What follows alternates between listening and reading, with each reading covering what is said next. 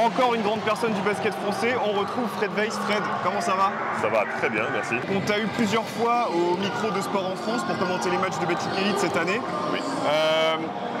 Qu'est-ce que tu penses du championnat de France dans l'état actuel?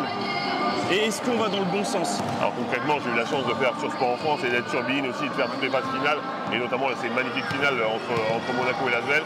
L'équipe aussi pour l'équipe pour l'Euroleague. Honnêtement, j'ai bougé un peu sur toutes les chaînes.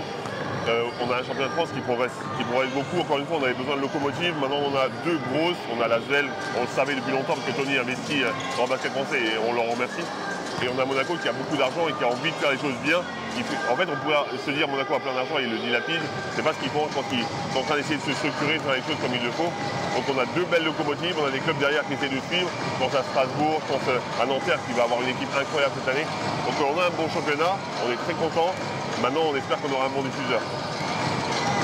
C'est vrai que le Keymotion, ça va 2 minutes.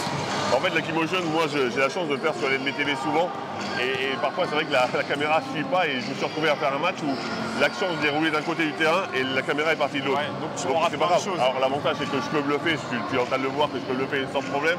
Mais par contre, sur tout un match, c'est compliqué quand même. Tu as été vice-champion olympique en 2000 avec l'équipe de France. Qu'est-ce qu'on peut attendre de l'équipe de France cette année à l'Euro? On pense forcément au début des poules qui sont un peu compliquées avec l'Allemagne. Est-ce qu'il y a quelque chose d'inquiétant ou tu es plutôt serein sur ce que l'équipe de France peut donner? J'aimerais être serein, je suis plutôt inquiet quand même. Parce que concrètement, défensivement, on n'est pas en place. Ce qui fait l'ADN de notre équipe, c'est justement la défense.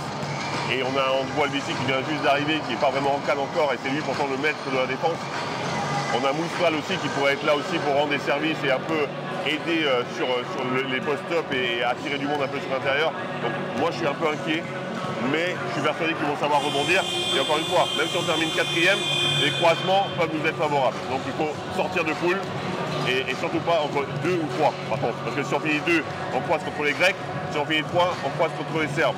Donc on ne veut pas ça, on veut aller en demi minimum. Et dans ce cas-là, il faut finir 1 ou 4. C'est ça.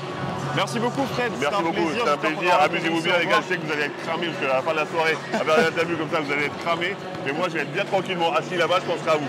Profite bien, chacun son tour Fred. Ça va, allez bye.